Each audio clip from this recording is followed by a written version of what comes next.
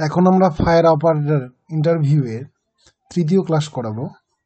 যে সমস্ত বন্ধুরা এখন পর্যন্ত প্রথম দ্বিতীয় ক্লাস দেখোনি তাদের বলবো দেখে নিতে। ওই ভিডিওগুলো আগুন সম্পর্কে প্রচুর তথ্য দেওয়া হয়েছে এবং যেগুলো হামেশাই ইন্টারভিউয়ার জিজ্ঞাসা করতে পারে। অতএব সময় নষ্ট না করে দেখে নাও, দেখেই ভিডিওটা দেখতে আসো, তাহলে একটু বেশি সুবিধা হবে এবং বুঝতে খুবই খুবই ভালো লাগবে।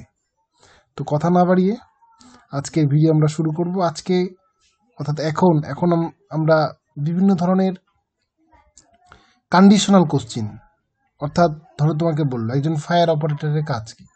আচ্ছা বলুন তো আপনি কিভাবে আগুন নেভাবেন। আচ্ছা বলুন তো আপনার সামনে আগুন লাগলে আপনি কি করবেন। আচ্ছা বলুন তো রান্নাঘরে আগুন লাগলে আপনি কি করবেন। আচ্ছা অগ্নি নির্বাপক যন্ত্র কিভাবে ব্যবহার করা হয়। উঁচু ভবনে আগুন লাগলে আপনি কি করবেন। তারপরে আপনি আগুনে কোনো একটা কক্ষে আটকে গেছেন, আপনি কি করবেন। আপনার সামনে কোনো একটা, আপনি একজন ফায়ার অপারেটর হিসাবে গেছেন, আপনার সামনে কোনো একটা ঘরে কোনো একটা বাচ্চা আটকে আছে, আপনি তখন কি করবেন। এই হচ্ছে কিছু সিচুয়েশনাল কোশ্চিন যেগুলো আমরা এখন আলোচনা করব। তাহলে কথা না বাড়িয়ে বন্ধুরা শুরু করছি। আমাদের প্রথম কোশ্চিন, একজন ফায়ার অপারেটরের কাজ কি। তো আমরা সবাই জানি যে একজন ফায়ার অপারেটরের প্রধান কাজ হচ্ছে আগুন নিভানোর সাহায্য করা। যে তিনি তার দলের সাথে যাবেন এবং সেখানে গিয়ে তার দলের যিনি হেড যা বলবেন তাই সেটাকে শুনতে হবে। তাহলে আমরা কি বলবো যে একজন ফায়ার অপারেটরের কাজ স্যার আগুন নিভানোতে সাহায্য করা এবং আগুন নিভাতে গিয়ে তার সিনিয়র আগুন নিভানোর জন্য যে সমস্ত ইনস্ট্রাকশনগুলো দিবে সেগুলো মেনে চলা বা সেগুলো কাজ করা। 1 নম্বর হয়ে গেল। 2 নম্বর কি। 2 নম্বর, কোনো দুর্যোগ যদি দেখা যায় হঠাৎ করেই, তখনও কিন্তু ফায়ার অপারেটরদের যেতে হয়, অর্থাৎ দুর্যোগ মোকাবিলা করা। দুর্যোগটা কি, যে বিশেষ কোনো কারণে যখন হাজার হাজার মানুষ অসুবিধায় পড়ে বা অসুবিধার সম্মুখীন হয় তখন সেটাকে দুর্যোগ বলা হয়। হতে পারে সেটা ভূমিকম্প, হতে পারে বিশাল বন্যা, হতে পারে সেটা আগুন, সবই দুর্যোগ পড়ে। হ্যাঁ, তো একজন ফায়ার অপারেটর যে কোনো ধরনের দুর্যোগের জন্য তারা প্রস্তুত থাকে। তৃতীয় কাজ কি। তৃতীয় কাজ আমরা বলবো যে একজন ফায়ার অপারেটরের এটুকুও কাজ যে একজন ফায়ার স্টেশনে তার আগুন নেভানোর জন্য যে সমস্ত যন্ত্রপাতি আছে সেই সমস্ত যন্ত্রপাতি ঠিক আছে কিনা সেগুলো দেখা। ওকে, সেই সমস্ত জিনিস দেখতে হবে। 4 নাম্বার আমরা বলবো যে আমাদের আগুন সম্পর্কে বিভিন্ন সময় স্কুলের স্টুডেন্ট বা বিভিন্ন গ্রামবাসীকে বা শহরবাসীকে মানুষজনকে সচেতন করার জন্য অনেক সময় বিভিন্ন সেমিনার হয়ে থাকে বা বিভিন্ন প্রোগ্রাম হয়ে থাকে। তো সেই প্রোগ্রামগুলো একজন ফায়ার অপারেটরকে দেখতে হয়। তো সেই দেখাগুলো একজন ফায়ার অপারেটরের কাজ। আর অন্যান্য কাজ আছে, আশা করছি 4টা বলতে পারলেই হয়ে যাবে। তাহলে এই হচ্ছে আমাদের একজন ফায়ার অপারেটরের কাজ। আশা করছি বোঝা গেছে। কি বললাম, যে স্যার একজন ফায়ার অপারেটরের প্রধান কাজ হচ্ছে আগুন নেভানো। তিনি তার দলবলের সাথে যাবেন এবং তার অফিসার বা সিনিয়র যা বলবেন আগুন নেভানোর জন্য সেটা তাকে মেনে চলতে হবে। বিভিন্ন সময় দুর্যোগ মোকাবিলাও সহায়তা করাও একজন ফায়ার অপারেটরের কাজ। 3 নম্বর বলতে পারি যে যন্ত্রপাতিগুলো দেখাশোনা করা, অর্থাৎ ফায়ার স্টেশনে যে সমস্ত আগুন নিভানোর যন্ত্রগুলো আছে সেগুলো ঠিকঠাক আছে কিনা, কাজ করছে কিনা সেগুলো দেখে ঊর্ধ্বতন কর্তৃপক্ষকে জানানো। অনেক সময় আগুন সংক্রান্ত বিভিন্ন প্রোগ্রাম হয় যেগুলোর সাহায্যে মানুষকে সচেতন করা হয় আগুন সম্পর্কে, সেগুলোতে অংশগ্রহণ করা এবং মানুষকে আগুন সম্পর্কে সচেতন করা। নেক্সট আমাদের প্রশ্ন হচ্ছে আপনি আগুন কিভাবে নেভাবেন। তো দেখো, এই প্রশ্নটা যদি করা হয় তাহলে বলতে হবে যে স্যার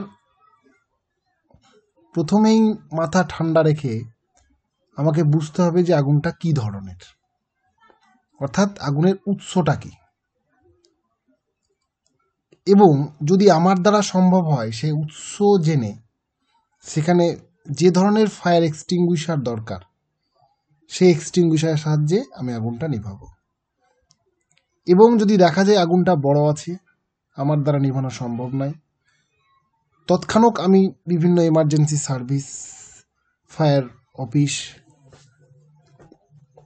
তারপরে পুলিশ, তারপরে হসপিটাল, এগুলোকে আমি ইনফর্ম করব।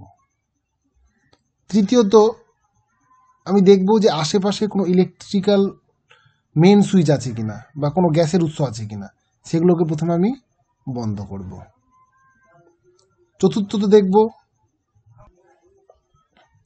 এক্ষেত্রে কিন্তু আবার আপনাকে প্রশ্ন করতে পারে যে আপনি কিভাবে, মানে কোন ধরনের আগুন কিভাবে নেভাবেন। তাহলে আমাদেরকে বলতে হবে যে স্যার, যদি ক্লাস এ অর্থাৎ আমাদের কঠিন জাতীয় আগুন থাকে, কঠিন পদার্থের আগুন থাকে, তাহলে স্যার আমরা কি করতে পারি, যে সেটাকে আমরা জল দিয়ে নিভাতে পারি, অর্থাৎ কুলিং পদ্ধতিতে নেভাতে পারি। যদি ক্লাস বি যদি থাকে, তাহলে আমরা সেটাকে ফোম দিয়ে নিভাতে পারি। ক্লাস সি অর্থাৎ গ্যাসের আগুন, সেটাকে আমরা কার্বন ডাইঅক্সাইড দিয়ে নিভাতে পারি, ড্রাই কেমিক্যাল পাউডার ইউজ করতে পারি। ক্লাস ডি এর জন্য কি ইউজ করতে পারি, যে ড্রাই কেমিক্যাল পাউডার ইউজ করতে পারি। আবার স্পেশাল টাইপস কেমিক্যাল পাউডার পাওয়া যায়, কার্বন ডাইঅক্সাইড দিয়েও আমরা নিভাতে পারি। ক্লাস ই কি করতে পারি আমরা, ক্লাস ইটা অবভিয়াসলি আমরা কি করব, যে অর্থাৎ ইলেকট্রিক্যাল কারেন্ট আমরা কি দিয়ে নিভাবো, আমরা ড্রাই কেমিক্যাল পাউডার দিয়ে নিভাতে পারি, আবার কার্বন ডাইঅক্সাইড দিয়ে নিভাতে পারি। ঠিক আছে। আর ক্লাস কে যেটা আছে, ওটা ভেজা রাসায়নিক পদার্থ দিয়ে নিভাতে পারি।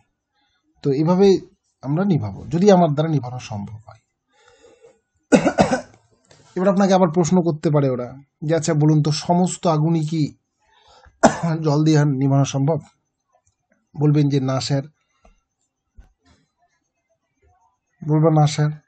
জল দিয়ে সাধারণত ক্লাস এ অর্থাৎ কঠিন পদার্থের যে সময়, অর্থাৎ কয়লা, কাঠ, কাগজ, এগুলো যে সাধারণ আগুনগুলো লাগে সেটাই নিভানো হয়।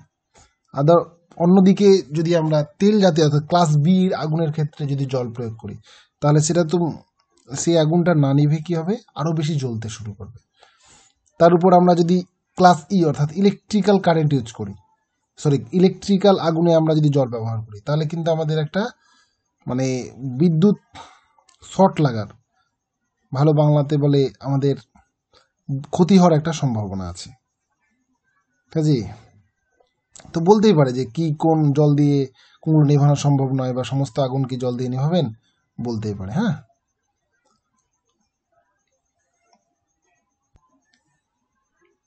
এইবারে আপনাকে এভাবেও কোশ্চেন করতে পারে, আচ্ছা আপনার সামনে আগুন লাগলো, তাহলে আপনি কি করবেন? বা আপনার সামনে আগুন লেগে আছে, আপনি অফিসে আছেন বা কোথাও আছেন, তাহলে আপনি কি করবেন? তাহলে প্রথমেই আমরা কি বলবো, যে প্রথমেই স্যার আমি দেখব যে আগুনটা কি ধরনের, অর্থাৎ আগুনটার উৎসটা কোথা থেকে। একইভাবে আমরা দেখব যে কাছাকাছি কোনো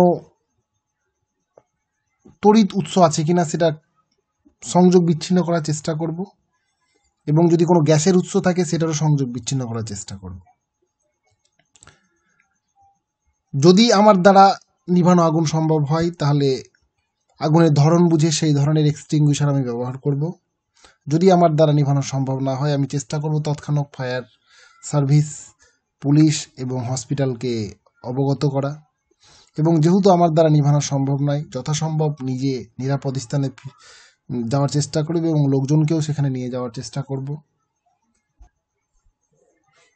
এক্ষেত্রে নিজে এবং অপরকেও সাহায্য করব যেন কেউ লিফট ব্যবহার না করে, কারণ লিফট ব্যবহার সেই সময় আগুন লাগলেই মানুষ সর্বপ্রথম চেষ্টা করে কারেন্ট কাট করে দেওয়ার, অর্থাৎ তড়িৎ সংযোগ বিচ্ছিন্ন করে দেওয়ার। ওই জন্য আমরা লিফট না ব্যবহার করার চেষ্টা করব।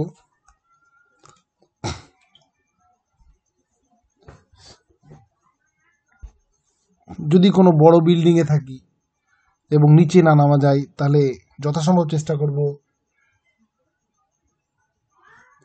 বিল্ডিংয়ের খোলা জায়গায় গিয়ে দাঁড়াতে, তাতে ঝুঁকিও কম এবং উদ্ধার করাও সম্ভব হবে, ইত্যাদি। আশা করছি বোঝা যাবে। ভিডিওটা রিপিট করো, তাহলে হবে কিন্তু। হ্যাঁ, এবার আপনাকে কিন্তু আলাদা আরও কিছু কোশ্চেন করতে পারে, যেমন আচ্ছা ধরুন আপনার রান্নাঘরে আগুন লেগেছে, আপনি কি করবেন? তাহলে বলতে হবে যে রান্নাঘরের আগুন সাধারণত কি হয়, যে ভেজা রাসায়নিক দিয়ে নেভানো হয়। যদি সেটা না থাকে তাহলে চেষ্টা করব যে আগুনটাকে ঢেকে দেওয়ার। যদি গ্যাস জাতীয় আগুন থাকে তাহলে আগুনটাকে ভেজা কাপড় দিয়ে ঢেকে দেওয়ার চেষ্টা করব, গ্যাসের এটাকে, ড্রামটাকে, সিলিন্ডারটাকে। ঠিক আছে, এবার আপনাকে প্রশ্ন করতে পারে যে এক্ষেত্রে কি আমরা শুষ্ক অর্থাৎ ড্রাই কেমিক্যাল ডিসিপি ব্যবহার করতে পারি? তো বলবে যে না স্যার, এক্ষেত্রে ডিসিপি ব্যবহার করা যাবে না, কারণ এক্ষেত্রে গায়ে চিটে যাওয়ার সম্ভাবনা আছে। ওকে, আবার আপনাকে প্রশ্ন করতে পারে যে আচ্ছা ধরুন যে কারো গা পুড়ে গেছে, কারো কারো গায়ে গায়ে আগুন জ্বলছে, তা আপনি কি করবেন? বা আপনার গায়ে আগুন জ্বলছে, আপনি কি করবেন? তাহলে এক্ষেত্রে কি করতে হবে যে মাথা ঠান্ডা রেখে অবশ্যই তাকে কম্বল বা ভেজা কম্বল দিয়ে জড়িয়ে ধরতে হবে, অথবা তাকে এদিক ওদিক ছোটাছুটি না করে গড়াতে বলতে হতে পারে, যে গড়াতে হবে, তাহলেই কিন্তু আগুনটা আস্তে আস্তে নিভে যাবে।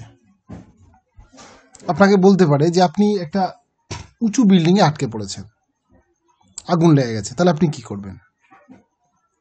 তাহলে আমরা দেখবো যে যদি নামা, অবশ্যই এক্ষেত্রে লিফট ব্যবহার করব না, যদি নামা সম্ভব না হয় তাহলে চেষ্টা করব যে বিল্ডিংয়ের খোলা জায়গায় গিয়ে দাঁড়াতে, বা কাঁচের মানে ঘরের এক পাশে দাঁড়াতে, যেখান থেকে মানে বাইরের লোকজন আমাকে দেখতে পাবে এবং খুব সহজেই উদ্ধার করতে পারবে। এই হচ্ছে অ্যান্সার। কি বললাম?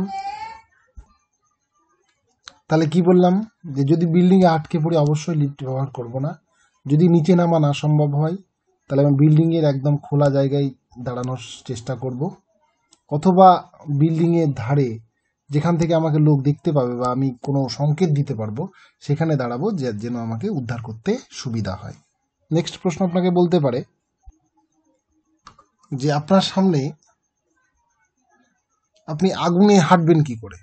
দেখা যাচ্ছে যে আগুনে হাঁটতে হচ্ছে আপনাকে, তো এক্ষেত্রে কি করব আমরা, যে না, প্রধানত মাথা চোখ এগুলো ঢেকে নেব, যত সম্ভব চোখটা খুব কম খোলার চেষ্টা করব এবং খুব দৌড়ে